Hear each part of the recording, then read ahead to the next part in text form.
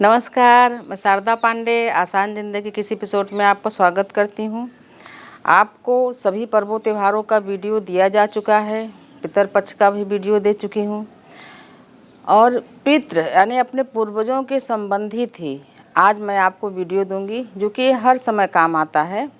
मृत्यु और जन्म कभी भी किसी का भी कहीं भी हो सकता है, तो मैं आज आपको बताऊंगी कि मृत्यु हो जाने पर अंतिम संस्कार रात्रि को क्यों नहीं करना चाहिए। बहुत सारे लोग अंतिम संस्कार रात्रि को कर देते हैं, नहीं करना चाहिए। और अगर कर चुके हैं बहुत सारे लोग तो वो उनके पितर भटक रहे होंगे, प्रेत योनि में होंगे। और इससे ही संबंधित आपको बताऊंगी पूरी जानकारी कि मृत्यु के बाद क्या करना चाहिए, कैसी विधि निभानी चाहिए, अंतिम संस्कार ठीक तरह से न करने से कैसे मृत आत्मा भटकती है, कैसे अधजली शरीर को छोड़ के चले आने पर वो आत्मा कभी भी तृप्त नहीं होती, भटकती रहती है।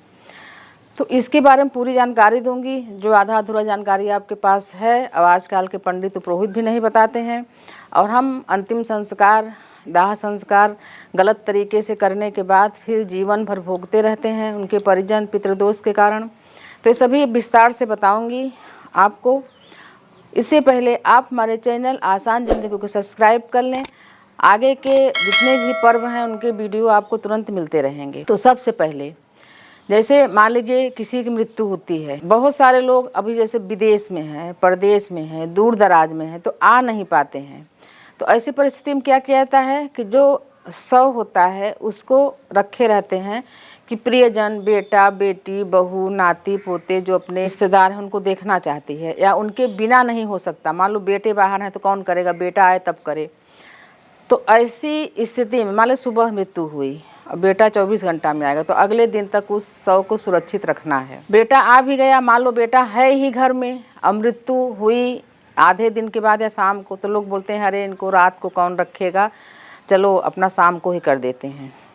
तो रात के समय किया गया दाह संस्कार जब करते हैं तो ऐसी स्थिति में वो जो जीव आत्मा होती है, जब तक उसकी शरीर कोई भी मृत्यु जैसे किसी की भी हो जाती है तो जब तक उसकी शरीर उसको दिखती है आस पास वो मंडराता रहता है। उसका जीव अपने ही शरीर को देखता है कि हमारे परिजन हमारे साथ क्या कर रहे हैं।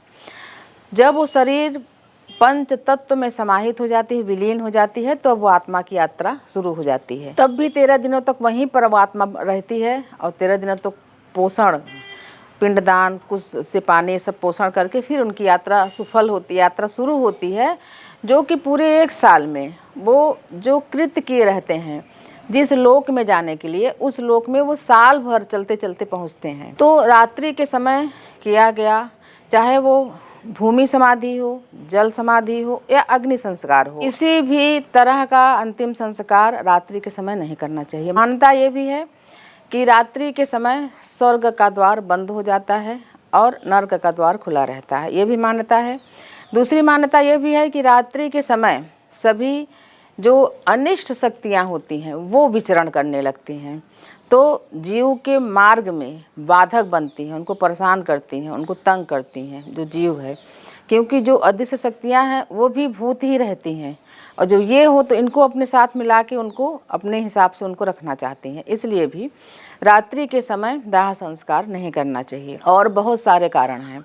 रात्रि में किया गया अंतिम संस्कार या दाह संस्कार किया गया जो व्यक्ति है, मृत आत्मा, वो न तो इस लोक में सुख चैन से रह पाती है, न तो परलोक में, वो बीच में ही अटक जाती है और बीच में यहाँ वहाँ उसको मार्ग ही नहीं दिखता और बीच में अटक जाती है। अंत में वो प्रेत लोक का आश्रय लेती है, प्रेत लोक में चली जाती है, प्रेतों के साथ रहने लगती है। तो इसीलिए कहते हैं कि हमारे पूर्वज जहाँ भी हैं उनको मोक्ष मिले, उनको हमें पिंड दान कर रहे हैं, जो भी हमसे गलती हुई हो तो गलती ही न हो, ऐसा करें कि गलती ही न हो और सही समय में अंतिम संस्कार करना चाहिए। और सही तरीके से भी न करने से, सही तरीके से अगर आप अंतिम संस्कार नहीं किए हैं तब भी आत्मा, जीव आत्मा भटकती रहती है। जैसे बहुत सारे लोग क्या करते हैं, अंतिम संस्कार करने गए हैं, लकड़ी वगैरह की व्यवस्था कम है, शरीर काफ़ी भारी भरकम है, लकड़ी की व्यवस्था कम है, तो अधजली शरीर यानी किसी किसी की शरीर जलती ही नहीं है या कम लकड़ी वगैरह की व्यवस्था से नहीं जलती है,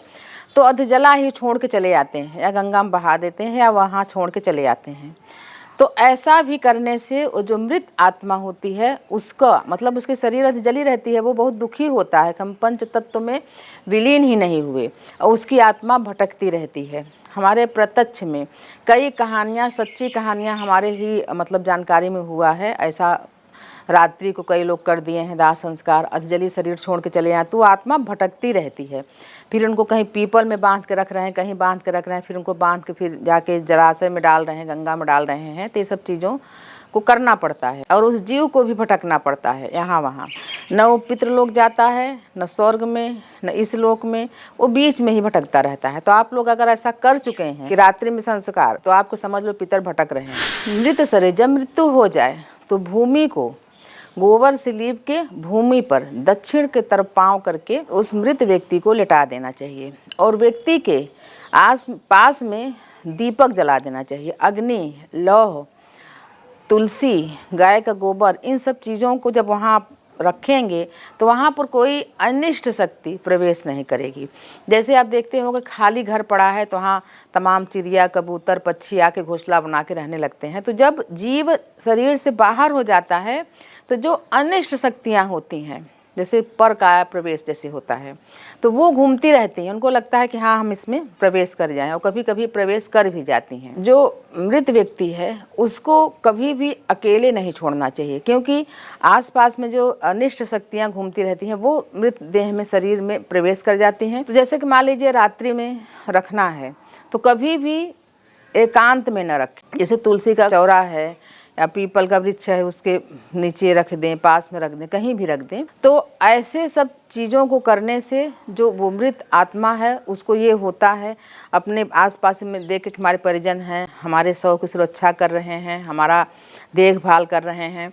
और जैसे कि कई दिनों में जैसे रखना रहता है तो बहुत सारे पहले जैसे राजा महाराजा के जैसे पुत्र कहीं बाहर है तो इतनी अच्छी सुविधा नहीं रहती थी, आने में लगता था, तो वो तेल के कड़ाहे वगैरह में, बड़े कोई चीज़ में तेल के उसमें उनको डाल देते थे कि उनके शरीर में कोई सूक्ष्म जीवाणु वगैरह उत्पन्न न हो, तो महीनों तक पड़े रहते थे। ऐसे औषधियों को मिला के उनको, काहे कि राज्य वैद्य वगैरह बहुत सारे जानकार थे, औषधियों को मिला के तेल में उनको रख देते थे। तमाम जैसे अघोरी हैं और तंत्र साधना जैसे किए रहते हैं, तो कभी कभी वो मृत देह देख के वहाँ आपको नहीं पता लगेगा, वहाँ पहुँच जाते हैं, और क्योंकि आत्मा उसी शरीर के आसपास रहती है तो उस मृत आत्मा को आपको लगेगा कि हाँ फला आदमी तो बैठा है, बहुत दुखी है, वो आंख बंद करके मंत्रों को जपता रहता है, और मृत जो आत्मा शरीर से बाहर आई है उसको वो बस में करके और अपने तरीके से उससे काम करवाता है।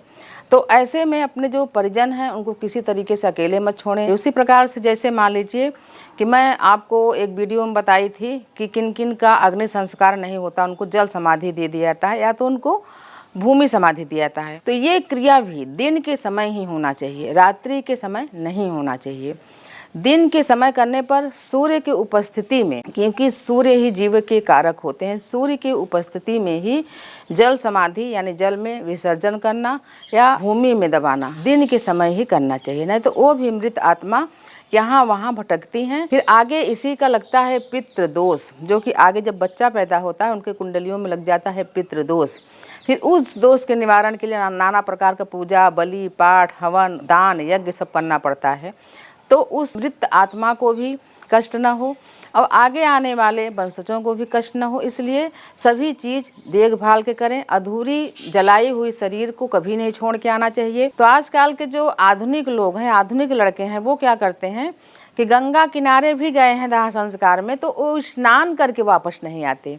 बोलते हैं अरे, उनके मन में ये होता है कि अरे वो देख लेते हैं कि हाँ इसमें राख बहाते हैं, इसमें ये गंदा पानी है, जो भी। तो ऐसे में भी दोष लगता है और महादोष लगता है। अगर आप दाह संस्कार में गए हो, कोई भी नदी हो, जल है, जल सर्वदा पवित्र नदियों का माना जाता है, तो आप भले ही दोबारा अपने घर में आके नहाओ, लेकिन वहाँ पे एक डुबकी लगा के उस मृत आत्मा के नाम से एक डुबकी लगा के मौन होकर डुबकी लगाना है उस मृत आत्मा के लिए। तो जैसे आप लोग ये गलतियां करते हैं कि दाह संस्कार में गए हैं और बगैर नहाए आते हैं सूखा कपड़ा से, तो ये भी गलत है। नहा के पहले तो गीला ही कपड़ा, तो कहते हैं गरुड़ पुराण में लिखा है कि जब नहा के जो गीला वस्त्र रहता है, जब उसका पानी धरती पर गिरता है तो ये भी पितरों को बहुत ही शांति पहुंचाता है।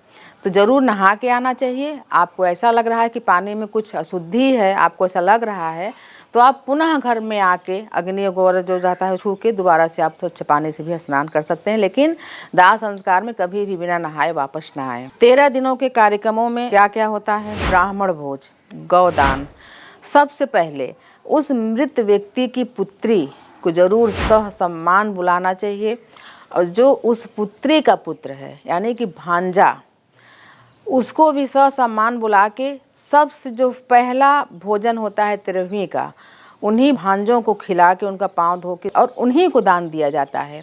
तो इससे जो हमारे पूर्वज जो ख़त्म हुए रहते हैं उनको बहुत अति आनंद, बहुत तृप्ति मिलती है, क्योंकि अपने भांजों से लोग बहुत ही प्रेम करते हैं। और उनकी पुत्री अगर किसी कारणवश नाराज़ है, नहीं आती, जो भी अगर उनकी पुत्री नहीं आती तो उनको दुख होता है कि हमारे बेटे बताओ हमारी पुत्री से नाराज़ है, हमारे भांजे को नहीं बुलाएं, तो आपका किया कराया सब व्यर्थ हो जाता है। उनको ज़रूर बुलाएं। भांजे को 13वें जो 13 लोग खाते हैं उसमें भांजे को खिला के अच्छे से दान पुण्य करें, गौदान करें। गौदान की व्यवस्था हो तो गौदान ब्राह्मण को किया जाता है, गौदान करें। और जो विधि आपको बता रही हूँ ये आपके हित में भी, अब आपके पूर्वजों के भी हित में है। अयोवृद्ध यानी अति वृद्ध होकर मरने वाले व्यक्ति का, जैसे कि कहते हैं कि साल भर कोई अगर व्यक्ति मर जाए तो साल भर कोई भी उत्सव त्यौहार नहीं मनाना चाहिए, कुछ भी व्रत नहीं उठाना चाहिए। तो अगर अयोवृद्ध 100 साल के हो गए हैं, 85 साल के हो गए हैं, 95 साल के हो गए हैं, तो ऐसे जैसे हम लोग छोटे छोटे थे तो पहले बहुत इतना जीते थे, 105 साल, अभी भी हमारे गांव में 105 साल के हो के पुराने लोग मर रहे हैं। तो उनके मृत्यु पर गाजा बाजा ढोल मजीरा बजा के उनका 100 यात्रा निकाला जाता है, खुशियाँ मनाई जाती हैं।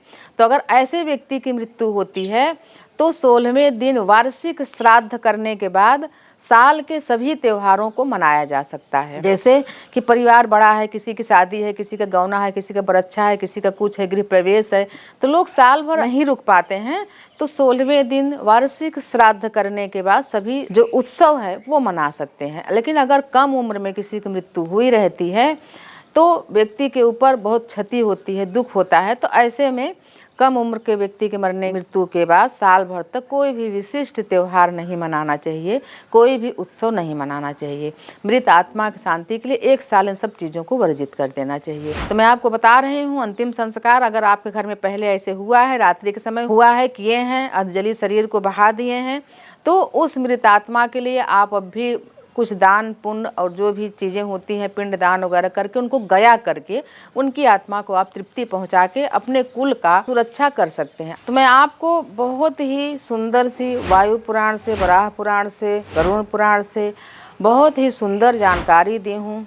और सभी की, हमारी आपकी जो भी इस मृत्यु लोक में आया है, सबकी गति एक ही समान होता है। राजा हो, रंक हो, गरीब हो, अमीर हो, सबकी गति एक समान होती है।